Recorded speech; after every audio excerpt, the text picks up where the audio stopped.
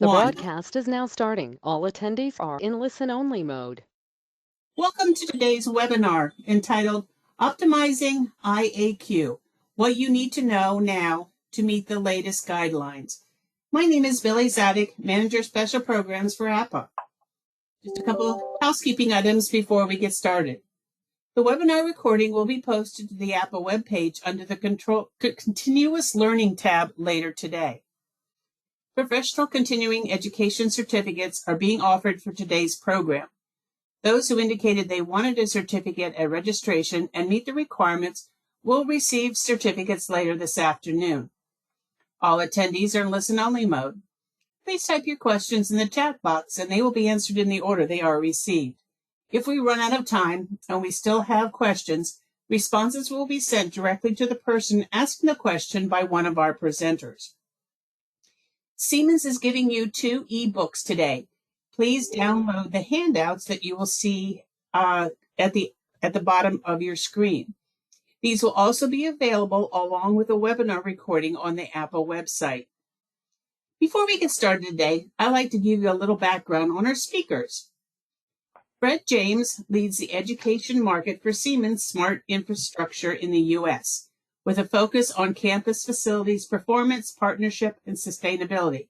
He has been with Siemens for 14 years. Overall, Mr. James has over 30 years of energy advisory, project development, and energy management experience. He is educated in engineering from the University of Connecticut and executive leadership at Notre Dame. He is also an AEE Certified Energy Manager, CEM, and Renewable Energy Professional, REP. Carl has worked to develop ventilation control sensors and devices for air quality, health, and safety for more than 15 years. He is an active member of ASHRAE, involved in technical committees for education facilities, ultraviolet air, and surface treatment. The task group in indoor air quality monitoring and the technical resource group on the IAQ procedures to standard 62.1, as well as other HVAC industry associations and work groups. As a program manager for Smart Air Quality Program, Carl helps focus his expertise in envisioning this comprehensive IAQ program, which includes building automation controls, equipment maintenance, and energy services with indoor and outdoor air quality to help achieve the optimal performance balance for campus buildings, its occupants, with the cost of owning and operating. He studied computer science and engineering and technology management and economics at Chalmers University of Technology in Sweden and holds a 6 Sigma black belt.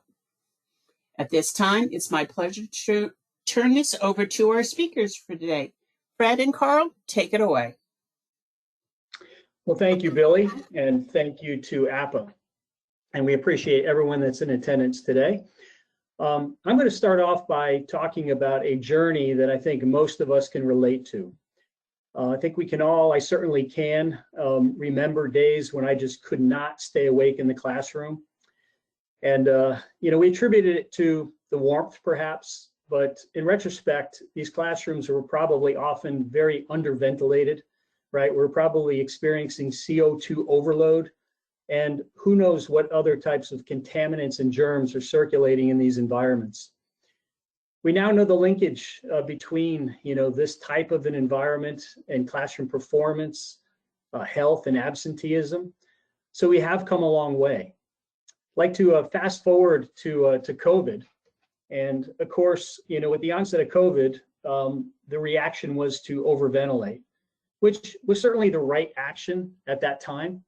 And we certainly recognize the energy cost impact of doing so.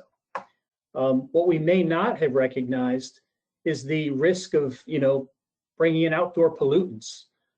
We certainly didn't have the data to determine or quantify that risk.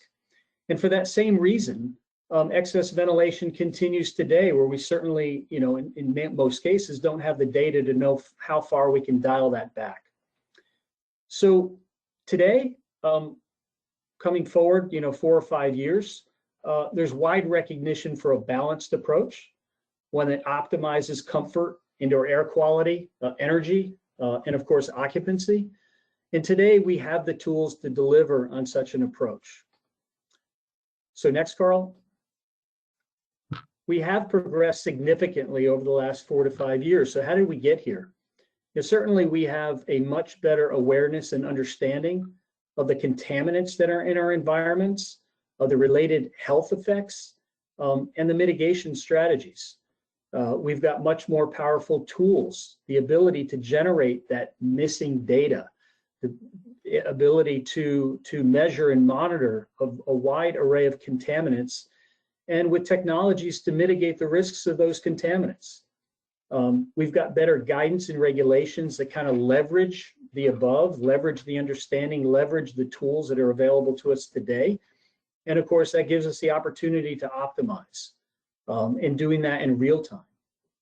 And I must recognize also that, the progress that was made, COVID was an accelerator to that. You can't say a lot of positive things about COVID, but it not only accelerated all the above, but it also triggered a meaningful amount of funding. Think about the ESSER funds and the HERF funds, and a modest but meaningful portion of that was used to upgrade antiquated equipment, control systems, upgrade filters, enable us to deliver healthier learning environments for our students.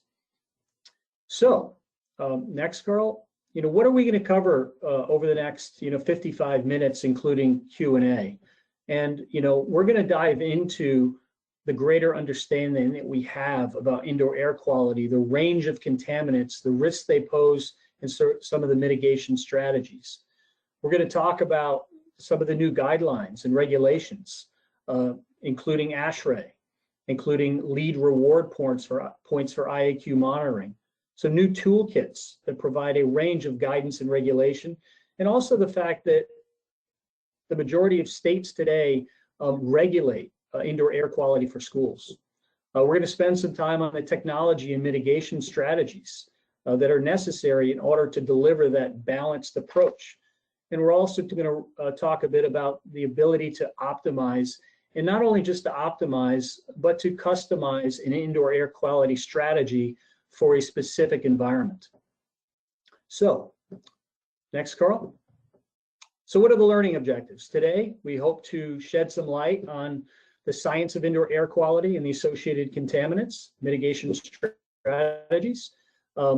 Additionally, provide some guidance and recommendations associated with new learnings in IAQ and the recommendations that come out of that. And also, we're going to focus on, again, how to develop a customized, multi-layered indoor air quality approach that hopefully you can take away from this webinar. So with that, I'm going to introduce our resident expert, Carl, who again heads up Siemens Smart Air Quality Program. Thank you, Carl. Thank you, Fred, and hello, everyone. Again, coming from my background of doing sensorics for 15 years, I'm very happy to see where we're at currently and how the discussions regarding indoor air quality have really changed, as Fred mentioned, driven by a lot of COVID as a silver lining, but it's a very exciting position we find ourselves in with the more recent development in guidances and guidelines and standards. But to take a couple of steps back and really understand why some of these new guidances have emerged and are still emerging, and what some of the more recent focuses or shifts in focus as it pertains to indoor air quality, we like to kind of go back to basics, like what are contaminants, what do we mean? And for Siemens, we like to separate them into separate groups, mainly because the separate groups have either different kinds of origins when you're talking about source control, or different kinds of effectiveness when it comes to remediation. So we separate them into like particles and gases. Particles being the things that would be aerosolized floating around in the airstream, whether inside or from outside. And the gases are more the chemical off-gassing from paints, carpets, the VOCs, ozone, whether generated indoors or coming in from the outside, carbon dioxide, of course, as a metabolic byproduct of people or from the atmospheric outside, Radon deserves a bit of special mention because it's also a radioactive gas. And then we have this biological effect, again, with COVID fresh in mind, but any kind of infectious health disease. It's really the source origin, but the fact that they are quote unquote alive so that you can treat it with certain technologies like UVC to inactivate them, make sure that they are no longer viable to reproduce within the body. But otherwise, to a large degree, they're particles and or gases as well. However, to put some emphasis and focus, it's important to understand that when we're talking about particulates in particular, that's the major driver of global disease or burden of disease globally. It's an order of magnitude worse than anything else when we're talking about contaminants. So if you want to just do, the biggest bang for your buck, try to at least ensure that you have good control over your particulate loads and the contaminant, the exposure from that specific type of contaminants. And as we're about to discuss, particulates are tricky. This is not a to-scale visual illustration, but just to kind of illustrate when we're talking about particulates. And once we get into the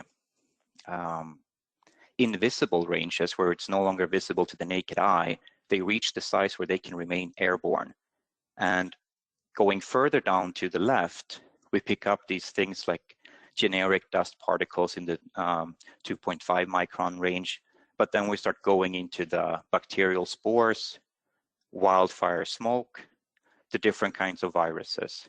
And because of their size, and rather their weight and their size, these particles' ability to remain airborne is very strong. They can remain airborne for days, weeks, if not a month. And again, wildfire smoke that travels across the Atlantic over into Europe, like last year's Canadian wildfires, is a good example of that, but also in a ventilation system. And to further exemplify with the wildfire issue, because that's something that we're not going to get rid of. Wildfires are, due to climate change and global warming issues, or the way forests are being managed more recently, it's expected to be a more emerging problem.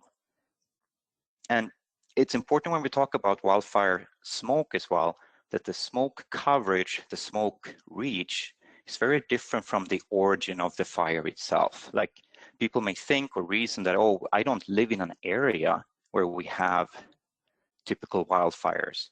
But as we can see from these images, the exposure to the ground level smoke, is fed from all of these different kinds of sources, and it covers more or less all of the nation. So everybody at certain points of the year is going to see wildfire smoke exposure events. And how can we then try to prevent this from being brought into the buildings? As well as understanding that wildfire smoke in and by itself is extremely harmful, even comparable to other same size particulates. They're also an originator for additional chemical side reactions and byproducts being brought into the buildings. And it's therefore a much more, let's say, focus on preventing wildfires. It's going to be one of these topics where there is a lot of resilience plans and managerial plans for buildings to prevent this type of exposure. And as you can understand, coupled with overventilation from, say, COVID guidelines, we're not in a good spot right now because, again, we're being over-reliant on outside air being fresh. And it really bottles down into, physiology and the physics behind this. If you remember, those wildfire smoke particles in the sub-micron range below PM1, their ability to not just remain airborne for extensive periods of time, they have the ability to bypass, your natural defenses, your nasal hair, your mucous membrane, and reach deepest into your lungs. and even into your bloodstream and the blood-brain barrier, and cause all of these very detrimental health impacts over time. And a problematic discussion point has always been, if we look down to the bottom right, the particulates in the submicron range below PM1 make up the vast majority of all the particulate contaminants, like almost 99% of the contaminants or the particulates that we would see are of this size range, but they make up almost none of the mass or the accumulated weight. And PM, the PM 2.5 reading or PM 10 readings, are measurements of weight for the sizes that are integrated into this value. So you could have huge variations in exposure load in fine particulates, meaning the submicron range, but they wouldn't necessarily move the needle of a PM 2.5 or especially a PM 10 reading. So looking at those parameters historically is a bit of a challenge in the way they mask information to these most harmful particulate ranges. And it's not only that they are difficult to measure. The traditional solution to solving or protecting buildings against this has always been filtration, right? Or outside air dilution. But in terms of wildfire, that's detrimental because you're bringing in more of the stuff you want to avoid. But MERV filters, this is characteristics of MERV 16 down to MERV 6. And you can see that every rated MERV filter has a dip in their capture rate performance in the size range of, say, from 0.1 to 0.3. It's a physiological reason that has to do with how those small sized particles moves in the airstream, if this is a cross section of a filter to your right, where they don't have the size and the weights to kind of have inertia in their movement where they just move straight ahead and slams into the fiber and get caught, or slightly curve but get intercepted and caught. They would have that size and weight where they bend easily with the airflow because the air gets through the filter. I mean, the air there's some pressure drop associated, but the air gets through. And that particular size bends and curves with that airflow and gets through in a similar fashion. And the reason why we would see the efficacy of the capture rate going back up is because the smaller the particle and the less weight they have, the more susceptible they are to what's called Brownian motion. They start behaving a bit more like gases. They start having a diffusion pattern, meaning that they spread out in all directions all the time based on very minuscule collisions or a lot of collisions with very minuscule particles. But this means that they behave very irrational. Again, like gases, they continue to diffuse. So even though the capture rate at point of filter is higher, it's now a challenge for how to bring those contaminants of that particular small size from the room, or whether they're exhaled droplets or virus-laden particles, to get into the return duct, get to the point of the air handler, to there be captured by this filter. So it presents a different challenge.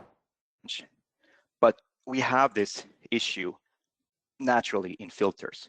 Again, as determined, we have this biggest health impact for these sizes.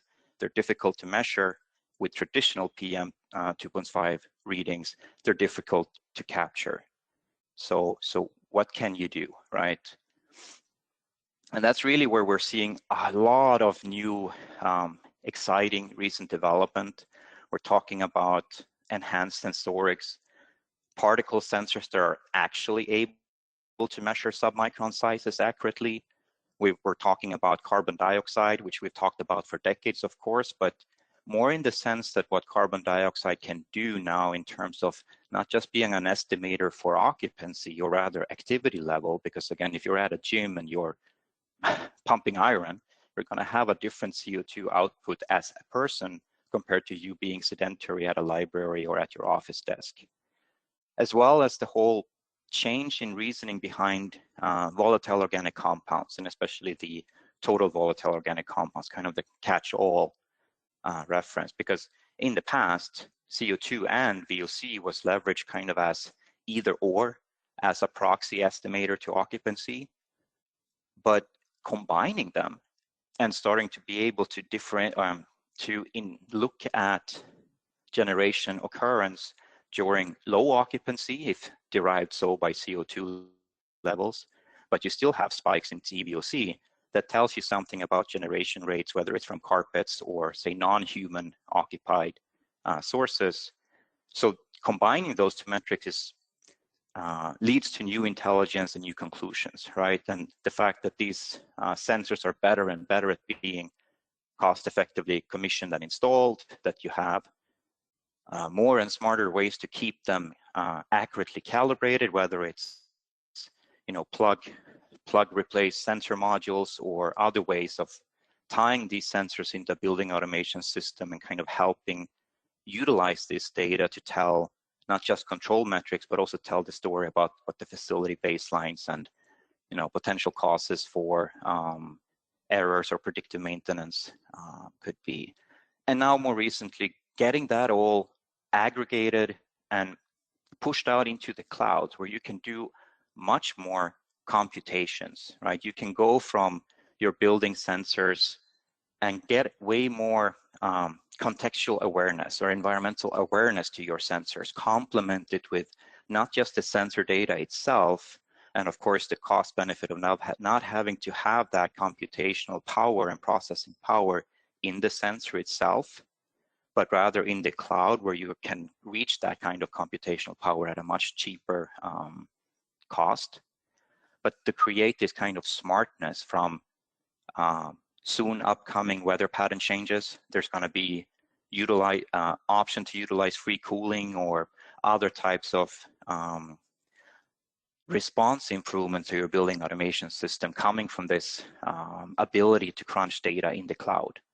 Like there is a wildfire smoke coming in because we know that from satellite radar, and we can preemptively prepare the building for these contexts to save energy, optimize the building automation system, and also utilize the computational power to compile insightful reports, get the intelligent data back to the facility manager in a form that makes sense, where they don't have to be data analytical experts, so to speak, where the reasoning and the conclusions from the data is kind of written out in a more plain way to see. So this all kind of leads to this new vision for not just healthy buildings, being having some kind of preparedness plan for COVID or the next pandemic or wildfire smoke, but energy efficient being balanced into this equation, as well as being comfortable to occupants.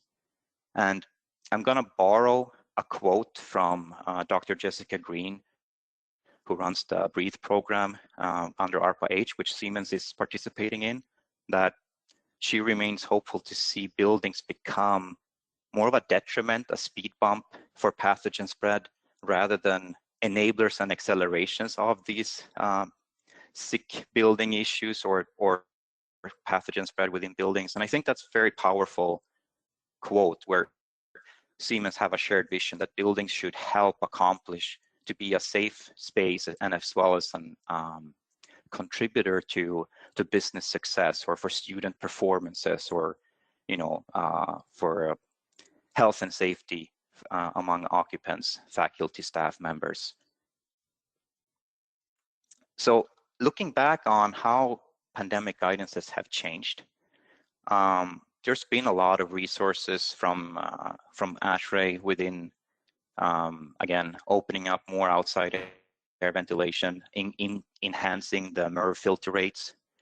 But dilution can't be the sole solution to pollution. We've learned that from COVID, that we have to have a more balanced approach, and filtration, outside air ventilation doesn't fix everything, and in some cases they only make it worse in terms of wildfire smoke. So these new guidances that we're about to talk about, and revised standards, some of them related to pandemic building readiness plans in ASHRAE Standard 241, or the smoke readiness plan of ASHRAE Guidance 44, protecting buildings against wildfire smoke, or general heat waves or hot humid environments or cold snap, which is covered by US Green Building Council and many others, to these design guidances specifically for educational facilities, which is handled by ASHRAE Technical Committee 9.7, which I will go into further depth with, as well as something called like enhanced indoor air quality under guideline 42, and these kind of new performance related ventilation rate procedures under ASHRAE standard 62.1. So let's start off with just the US Green Building Council, right? And I know that they have guidances for campuses, but one of the big things that I wanted to highlight is the up and coming LEED version 5. I mean, LEED version 5 is already out there as a publicly available, public for comment, available standard. So it's already defined what it's pushing for. And what we're seeing in this guidance or in this changed standard is that they're pushing a lot more points. They're giving away a lot more points for specifically continuous indoor air quality monitoring. Whereas in version 4.1 and older, they never required continuous air quality monitoring. They were good with periodic spot checking. So real-time data versus occupant surveys as well, and pushing more on those particulates, especially fine particulates and especially submicron range, right, within as parameters to measure. Whereas in the past, they did not even bother. They did not have that as part of their more energy-focused standard. And within LEED version 5, they are also pushing for compatibility with these other ASHRAE standards that I mentioned, standard 241 for infectious aerosol control and guideline 44 for wildfire smoke prevention. So kind of these additional environmental contexts that can create negative indoor air quality impacts. So, and the other aspect that I wanted to really highlight was that the new design guidance for education facilities. I mean, that's the audience here, right? So I hope this will be interesting to you. This was published last year, but they're already discussing, since I'm on the technical committee, it's already discussions what the version 3, which is for publication next year, is going to be about. And they're going to focus even more on what they consider to be advanced indoor air quality, meaning above and beyond what minimum acceptable standards would have provided in the past. Like, don't just meet 62.1, do 62.1 plus more, which is relevant to an educational setting. And this added focus or scope of the technical committee was voted in just earlier this year. It was in the winter conference over in Chicago in the beginning of 2024 that it was voted that this technical committee will now have indoor air quality as a defined area, focus area, and part of its scope. So again, that's why we're planning already for the additional versions and hoping to create more momentum and becoming a better resource for the educational facilities to help guide how to not just meet these codes, but the minimum codes, but also create an even better environment. So some of the things which are currently already available is their checklists or prioritizations for different areas that they have identified being of different priority tasks, like having the most impact, the most bang for the buck, the most oomph. And we can see when we're looking at the very high priority tasks, they have even separated into 3 tiers. So they have the base tier, again, kind of the minimum acceptable, and then what they consider to be kind of an improved, and then the advanced, meaning like a base, better, best type of approach, whereas they only have the base and advanced for the lower priority tasks. But for the very high priority, you see these basic things as look at the filtration. And it's not just the filters themselves, it's about source control. Can you improve the total system side of your particulate contaminant load? Can you create separation for nurse suites where you would have sick people congregating so that you don't get cross-contamination? How is the current classrooms or assembly spaces in terms of air distribution? Again, the generated particulates from those spaces, whether they're virus laden or not, do they actually get to the point of filtration effectively? Can there be enhancements or improvements in terms of how the air distribution looks like? Avoid short cycling, avoid ventilation dead zones, so on and so forth. And then another area I really want to cover is the whole indoor air quality sensors, which they have as the highest row on the high priority task.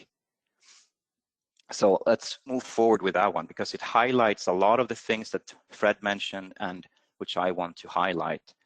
It's the usage of sensors to create this additional understanding, to use it to inform and create this visibility and interpretations for prioritization and what actions to take next.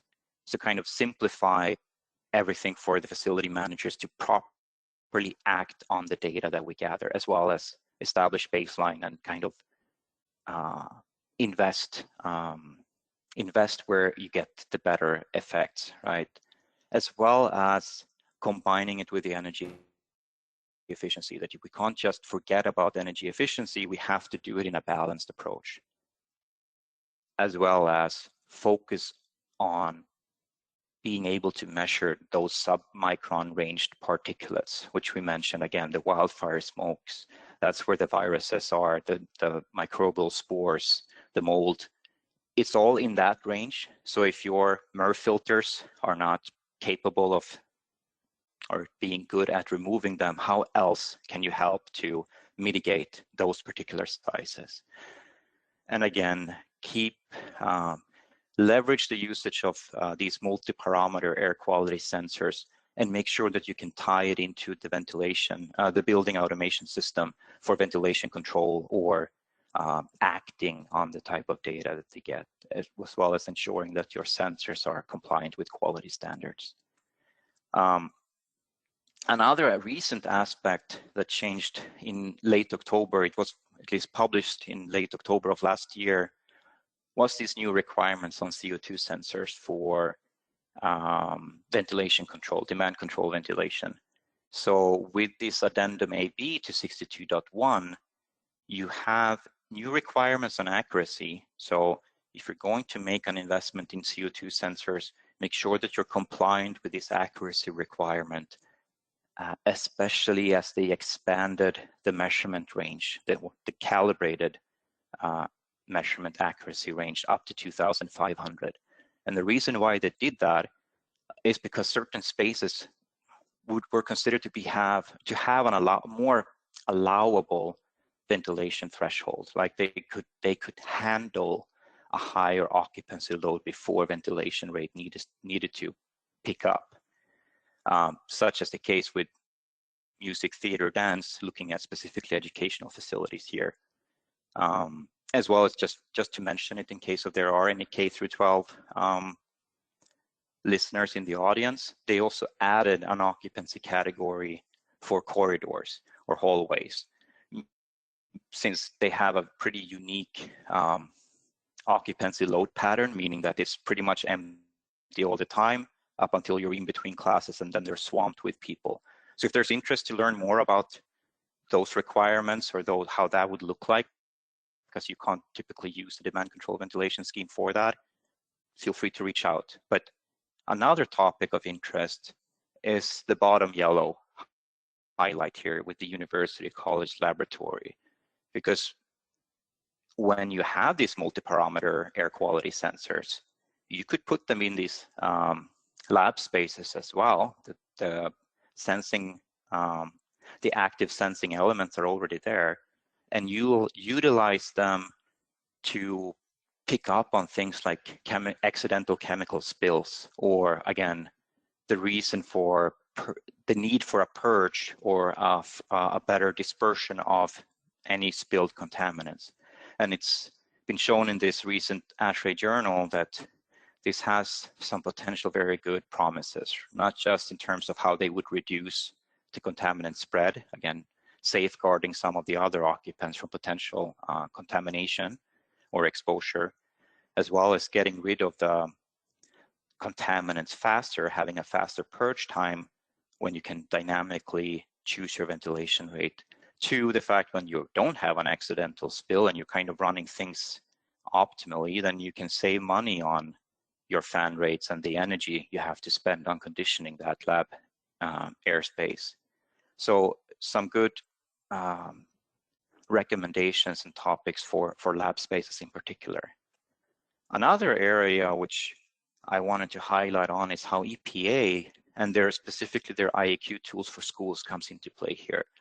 And they're an excellent resource in terms of helping like the building management in terms of how they recommend having an indoor air quality responsible, how they provide some examples and toolkits for assessment and resilience and preparedness plans, wildfire, smoke, as well as pandemic modes, providing some useful checklists, and as well promoting continuous air quality monitoring, and how that kind of ties into helping fill out and automatically generate some of these reports and plans.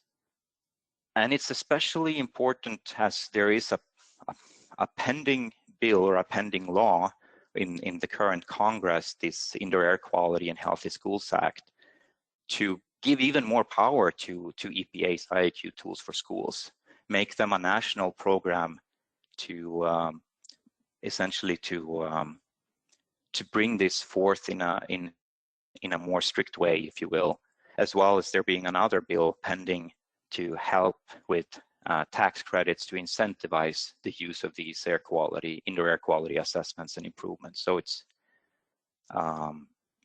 interesting developments. And in terms of EPA, they also provide excellent managerial tools and checklists for preventive maintenance, because as we will discuss, the existing HVAC infrastructure in the building is, the most fundamental thing. Like, if we don't have that in a good way, if you don't have a proper maintained system, it almost doesn't matter what additive technologies or mitigation you throw into it. It's not going to be a good outcome. It's going to be excessively expensive to reach a similar outcome if you just did basic maintenance, right? So there's a lot of good, especially indoor air quality focused maintenance checklists here. And that brings us to Siemens, right? Like, this is kind of what we do. I don't want to say holistic, but let's say we like to take this bigger picture approach to look at not just, the health or healthy buildings, but maintaining energy service, maintaining a good operational state to, again, predictive maintenance and keeping those bigger costs away, as well as making sure that you have a ventilation system that is resilient to outside air events, whether wildfire, smoke, or pandemic, or just responding to highway pollution or other outdoor air impacts, as well as being kind of specialized on the whole digitalization journey, making sure that this can go into either our system or the cloud to be further crunched and to derive smarter outcomes in a cheaper, more cost-efficient way, and as well as remote services and having a bit more service side to it, to again help facility managers get reports, get visibility, get the control functionality, get the money, the savings to get potentially make further investments that we can help choose which one makes more sense given the context of the specific building, and again how to meet some of these newer guidances and the specific customer energy and comfort goals that they may have, since every facility, every customer would be unique in terms of where they want to do and what they want to go in terms of their indoor air quality journey. But we want to be data driven, right? It's what I'm always getting back to. We want to have data driven decision. We want to be able to show not just the baseline operation of any building to kind of point out these are the improvement areas that we see based on the actual data. But if we go to the point of providing remediation or improvement projects, that you could also quantify and see the impact of those remediations and improvement projects, so that you get a before and after comparison. We want to provide, simplistic dashboards to help with real-time alerts, ensuring that a campus or a university that wants to highlight their air quality status of being good have a way to generate kiosk views to, again, self-promote and show to students or visitors that the air quality within these spaces are good, as well as, of course, tying it into the building automation system to leverage control aspects. And of course, getting to the point of generating these reports that tells the story of, these events happened, help do the detective work for what could have gone on. Was there pavements on the outside? Did they redo asphalt? Or was there the cleaning crew that spiked the VOC? Comparisons to indoor, outdoor, and kind of generating these suggestions. I know it's very difficult to see in terms of this picture, but this is from a campus in southeastern US, very hot, humid, and they had a humidity problem. Not a strong humidity problem, but they had an excess amount of humidity, and they had an extremely low carbon dioxide concentration in the middle of 450 ppm typically. So that's very close to background CO2 concentrations. They had exposure issues for contaminant load issues for particulates and also VOC. And each parameter in and by itself, tells one story. But once you put these things together and you start realizing that, hey, this facility is over-ventilating, they're still following pandemic guidelines, being excessively over-ventilating even, to the point where a lot of the hot and humid air of the outside is being brought in, and the current equipment cannot really manage it, cannot manage the humidification load properly. And they're also bringing in a ton of those outside air particulates if we have an outside air sensor to compare with, so we know that the contamination comes from the outside being brought in. So the solution isn't really targeted to enhancing filtration here. The solution would be a reduction of that outside air being brought in, and you would improve all three of these parameters at the same time while saving energy. So those are the types of conclusions or more intelligent decisions that we want to help lead into or lead up to by having this kind of additional sensorics.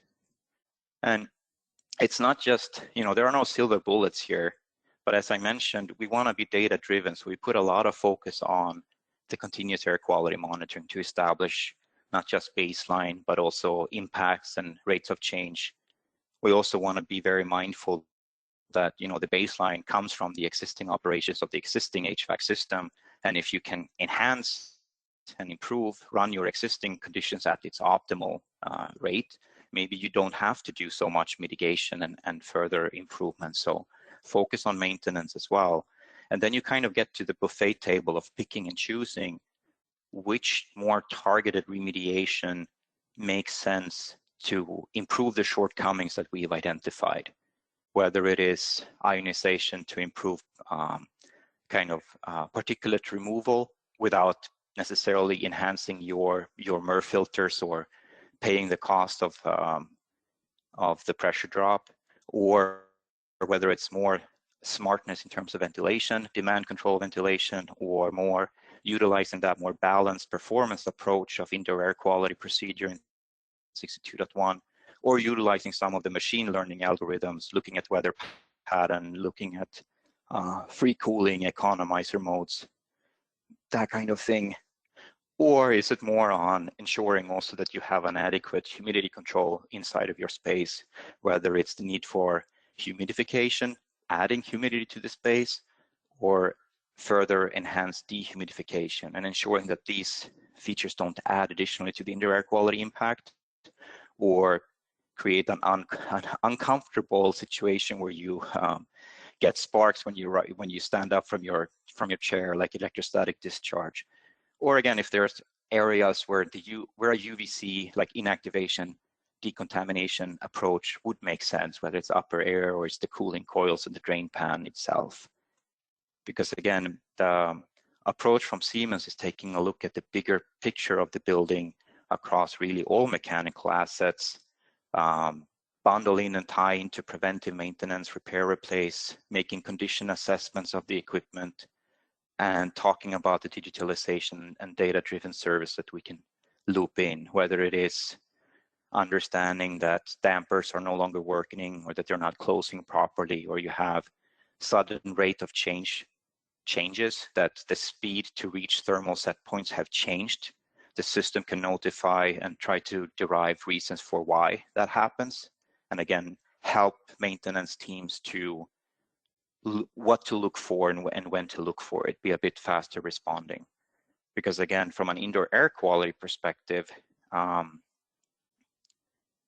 improper maintenance or poor maintenance, whether it is cooling coils that become microbially loaded, you have stuff floating around in the drain pan, or whether or not you have inadequate dehumidifications, you have a very humid space, potentially inducive to mold, whether you have poorly installed air filters that aren't properly fitted, or that they even overloaded, so the pressure drop is too huge and they bulge, meaning that they now have a bypass, meaning that all your the airstream now has a lesser path of resistance that it's going to choose, and you get completely unfiltered air just passing through your system.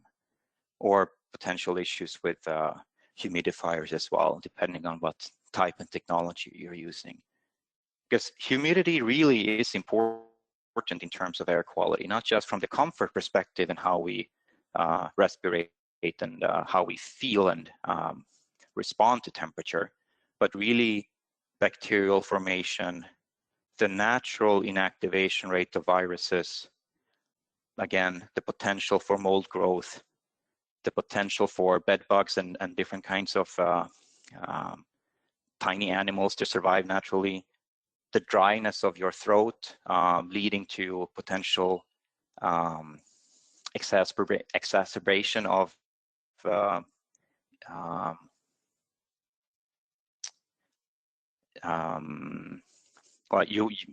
people with asthma or allergies, as well as chemical byproducts, interactions due to that, whether an ozone production reacting with some of the water.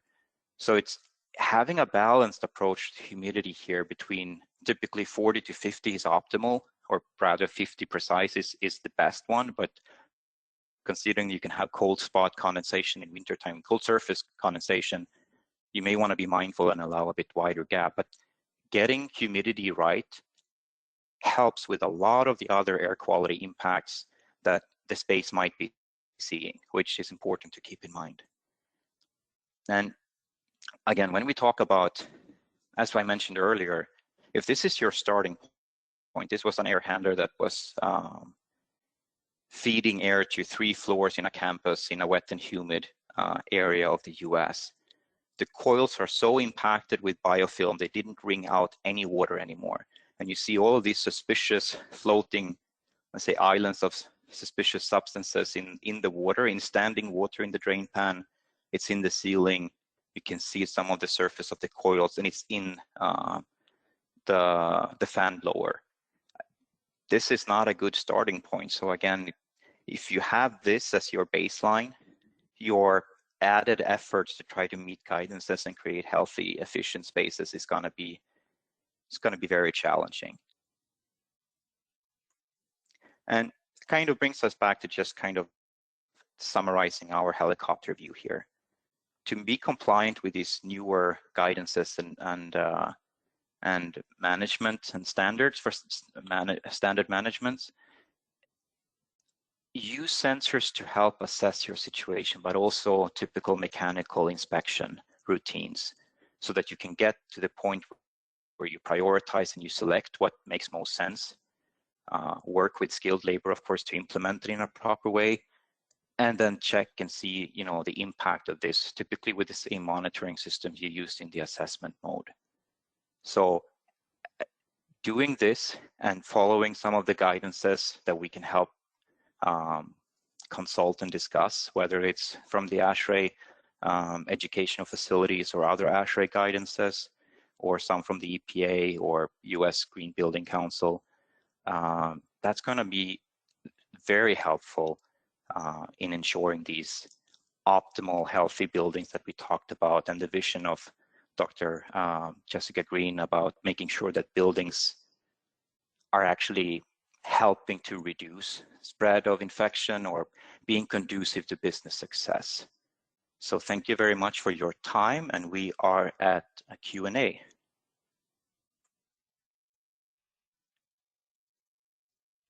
Now, Billy, are you still here? Yes, I am. And we have one question, or we have several questions that have come in. So we'll get started with, which Siemens sensors do you recommend? Oh, that's a good question. So Siemens have not just one offering, right? It's very seldom that one offering fits all, but we do have some partners that we have carefully selected and curated, again, to be able to tap into these submicron measurement capabilities and the kind of multi-parameter combination, as well as these abilities to get it into a dashboard, get the analytical tools in place, the alerting, and also the report compilation to kind of drive the analytics and the decision support making. I mean, we have partners like that. One of them would be ThinkLight Air, but we have other partners that are more, say, fit for when you don't need that IoT aspect or the cloud data, or you have challenges of putting your data outside of the facilities per se. So we really have everything, as well as if it's really a critical space, we have solutions for that as well, or centralized monitoring, where instead of multiple sensors located across the building, you kind of sample your airstream to a central location that you can then centrally maintain or keep calibrated. It's a kind of a different approach, but you have a one suite where all the measurement goes on, and you just kind of sample your airstream from the different zones to get there. So we have a wide range of sensing partners. I hope that clarified. I hope so. Our next question is, how can our facility staff be more efficient in identifying and prioritizing spaces in need of the most attention? Well, as we covered, the monitoring, right? Let data speak for you, because it really, it really depends, right? And especially in terms of how we go about implementing something like this. We realize that for a lot of facilities, going all in from point zero is a big ask. So typically, something like this would be installed in phases. You would start with a certain key spaces identified either by yourself as, where you see complaints or where you see the highest risk if something is bad. And we can start there because, again, this is completely modular. You can install the sensors and work on your analytics side in small pieces.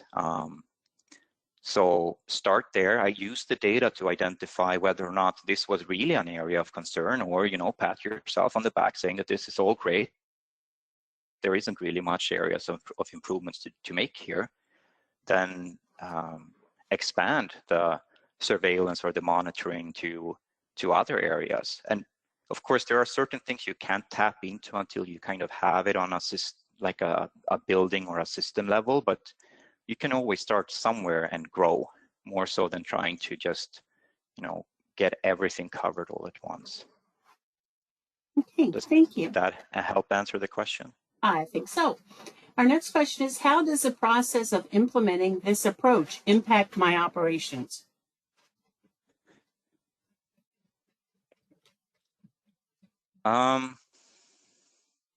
Again, since it's I hate to say, but it depends, right? Because it depends on what is the indoor air quality level that you want to reach, or rather your journey to get there. Like, are we talking only about installing sensors and improving your control system because you don't really need to do anything else? Everything else is already kind of within capabilities to meet and exceed your goals or your wishes? Or are you at a point where, in order to get to your end destination or wishes for indoor air quality, there needs to be considerations for HVAC upgrades or new equipment, or looking at redimensioning the outside air, or changing the way the airflow works? Again, if you remember that checklist from ASHRAE's education facilities guidance, they have those rows where they ask to do assessments on equipment replacement or equipment upgrades or that kind of things, which of course is going to create much more of a disturbance to daily operations, and it has to be discussed and planned for properly than something that can just be done in a day, like just the sensor installations itself, or adding on a software service to the existing building automation. Okay. So I hate to say, it depends. All right, thank you. Beyond proper filtration, what is the most cost-effective strategy to help reduce indoor contaminants?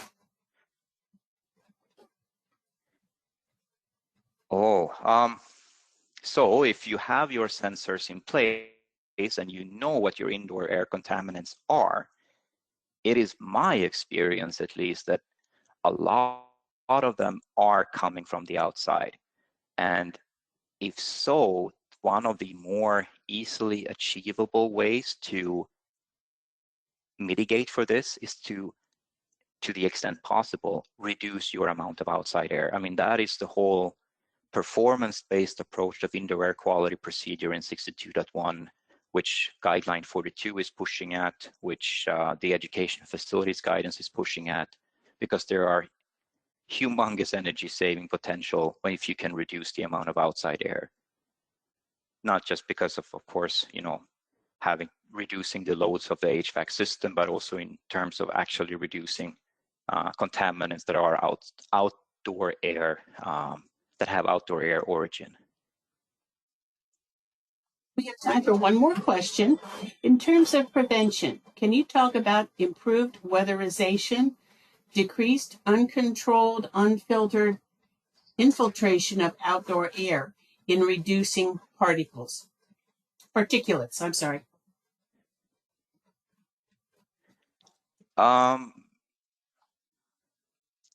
See if I understood. I see this as kind of two questions then. One is how to utilize weatherization to, I guess, predict or lower energy cost, whether it's economizer functions or preemptively reduce outside air dampers to prevent the intake of outdoor particulates. Would that be a fair assessment? I'll answer that anyway. So that is one way we can do this. And again, for that to happen in a good way, it's helpful if the data is in a cloud somewhere where you can readily get weather data from APIs through, I don't know, airnow.gov or something, some kind of source like that, or Purple Air, or whichever supplier that you'd like to have. Utilize that data set to get that kind of reactive preemptiveness to free cooling, for instance, or free heating if you're in that kind of climate, as well as having a more faster response to contaminant load. But this kind of the data crunch, the big data crunch to get to this kind of responsiveness, it's helpful if the data is in the cloud and you're driving those kind of like Siemens have their Building X, where we tie in AI services and machine learning algorithms to kind of help do this predictiveness. To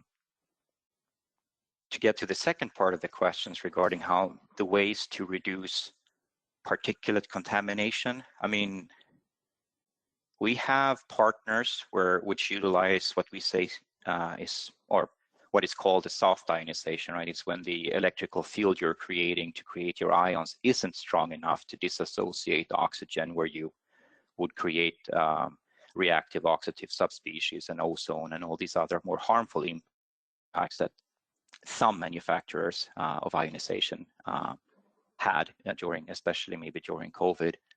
But we have, ionization, soft ionization by itself is a pretty good shotgun approach to get rid of particulate concentrations.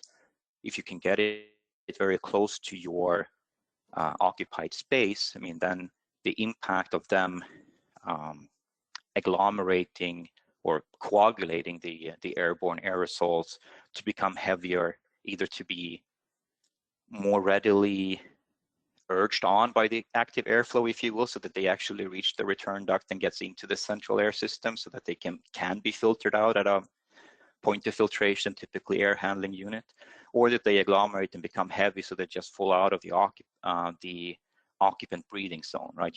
They're on a surface or they're on the floor and you're no longer breathing them in, right? That's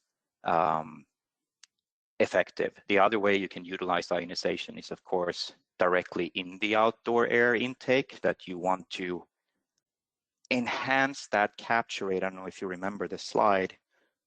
Actually, I can quickly go back to it. That will help exemplify what I'm talking about. And I can do a laser pointer. So you see this is what I'm talking about ionization helping to agglomerate particles, make smaller particles lump together by electrostatic attraction, and they kind of agglomerate, become heavier, and either fall out or get caught in the airflow and more readily captured by this cross section of a fiber. Or the fact that some synthetic fibers or filters are positively charged.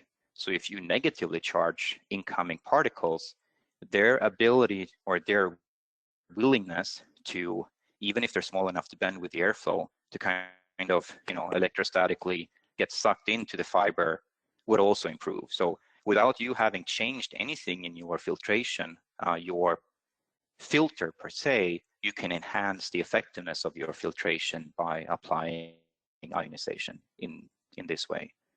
So again, we'd be happy to answer more questions in depth or provide more specific feedback, but that would be my main response, kind of as a shotgun approach. There are, of course, other ways you can help mitigate further, but that would be my shotgun approach to the second part of that question. Okay, well, we're out of time for today, but I would like to thank Fred and Carl for the presentation today, and as always, Siemens for being one of our partners. So until next time, I'd also like to thank our attendees for taking time out of your busy schedule to be with us. So until next time, be safe, stay healthy, and let's be kind to one another. Thank you so much for attending today. Bye-bye now. Thank you, Billy. Thank you, Billy, and thank you, everyone.